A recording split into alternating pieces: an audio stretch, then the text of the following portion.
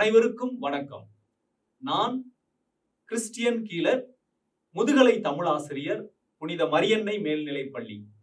உங்களிடத்திலே அனைத்துலக தாய்மொழிகள் தினம் குறித்து உரையாட வந்திருக்கின்றேன். எங்கள் வாழ்வும் எங்கள் வளமும் மங்காத தமிழ் என்று சங்கே முழங்கு. பிப்ரவரி மாதம் 21ஆம் நாள் அகில உலக தாய்மொழிகள் தினம் கொண்டாடப்பட்டு வருகின்றது. பங்களாதேஷிலே அதன் தலைநகராக இருக்கக்கூடிய டாக்காவிலே டாக்கா பல்கலைக்கழகத்தைச் சேர்ந்த 4 மாணவர்கள் சுட்டுக் கொல்லப்பட்டனர். நூற்றுக்கணக்கானோர் படுகாயமடைந்தனர். மொழிக்கான போராட்டம் அது. 1947ஆம் ஆண்டிலே இந்தியா பாகிஸ்தான் பிரிவினையின் பொழுது மேற்கு பாகிஸ்தான் என்றும் கிழக்கு பாகிஸ்தான் என்றும் பிரிக்கப்பட்டது. பங்களாதேஷ் கிழக்கு பாகிஸ்தானாகவும் இன்றைக்கு இருக்கக்கூடிய பாகிஸ்தான் மேற்கு பாகிஸ்தானாகவும் அமைந்தது. மேற்கு பாகிஸ்தானிலே உருது தாய்மொழியாக, அலுவலக மொழியாக அரசினால் அங்கீகரிக்கப்பட்டது. ஆனால் கிழக்கிலே இருக்கக்கூடிய பங்களாதேஷிலே நிலைமை வேறு. அங்கு இருந்த மக்கள் வங்க மொழியை தாய்மொழியாக கொண்டிருந்தார்கள்.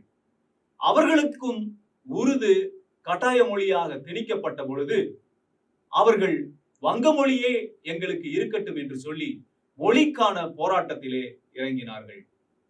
அப்பொழுது ஏற்பட்ட அந்த வன்முறையிலே அந்த மொழி போராட்ட தியாகிகள் நினைவாக ஆண்டுதோறும் பிப்ரவரி மாதம் 21ஆம் நாள் அனைத்துலக தாய்மொழிகள் தினமாக கொண்டாடப்படுகிறது. அந்த மொழிப்போர் தியாகிகள் நினைவாக சாஹித் மினார் என்ற ஒரு நினைவு சின்னமானது அங்கு எழுப்பப்பட்டிருக்கிறது.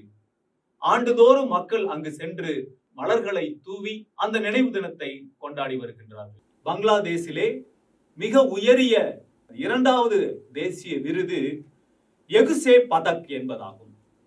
இந்த விருதினை அந்த 4வருக்குமே அந்த அரசு வழங்கி கௌரவித்திருக்கிறது. 1998ஆம் ஆண்டு ரபுக்குல் இஸ்லாம் என்ற ஒரு வங்கமொழி அறிஞர் கனடாவிலே வாழ்ந்து கொண்டிருந்தவர், அன்றைக்கு இருந்த ஐக்கிய நாடுகள் சபையினுடைய கோஃபி அன்னான் அவர்களிடத்திலே ஒவ்வொரு நாடும் இதை அனுசரிக்க வேண்டும் என்ற ஒரு முன்மொழிவை கொண்டு சென்றார். 1999ஆம் ஆண்டிலிருந்து ஐக்கிய நாடுகள் சபை இதை உலகளாவிய ஒரு மொழிகள் தினமாக கொண்டாடுவதற்கு முன்னெடுப்புகளை செய்தது. அதனால் 2000 ஆண்டிலிருந்து மில்லினியத்திலிருந்து அனைத்துலக நாடுகளும் தங்கள் தங்கள் தாய்மொழி தினமாகவும் அனைத்துலக தாய்மொழிகளுடைய தினமாகவும் இந்த நாளை கொண்டாடி வருகின்றார்கள்.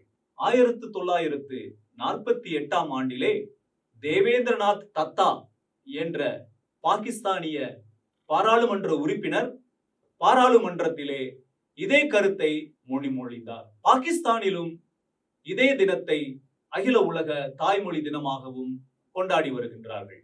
யுனெஸ்கோவினால் முன்னெடுக்கப்பட்ட இந்த நாள் இன்றைக்கும் இந்தியாவிலும் அனைத்துலக தாய்மொழி தினமாக கொண்டாடப்பட்டு வருகின்றது.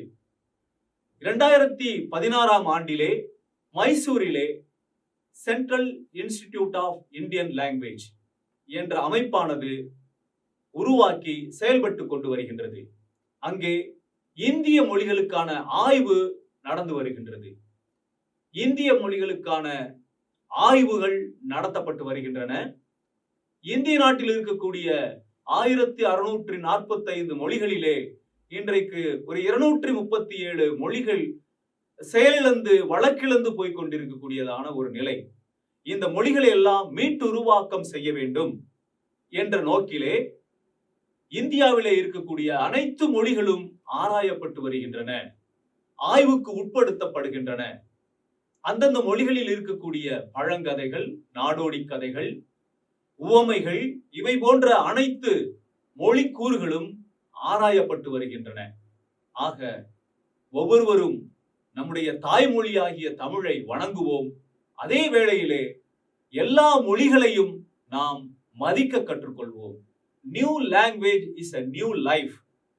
ஒரு புதிய மொழியை கற்றுக்கொள்வது என்பது ஒரு புதிய வாழ்க்கை, இன்னொரு வாழ்க்கை நமக்கு கிடைத்ததை போன்றது என்று அறிஞர் பெருமக்கள் சொல்லுகிறார்கள்.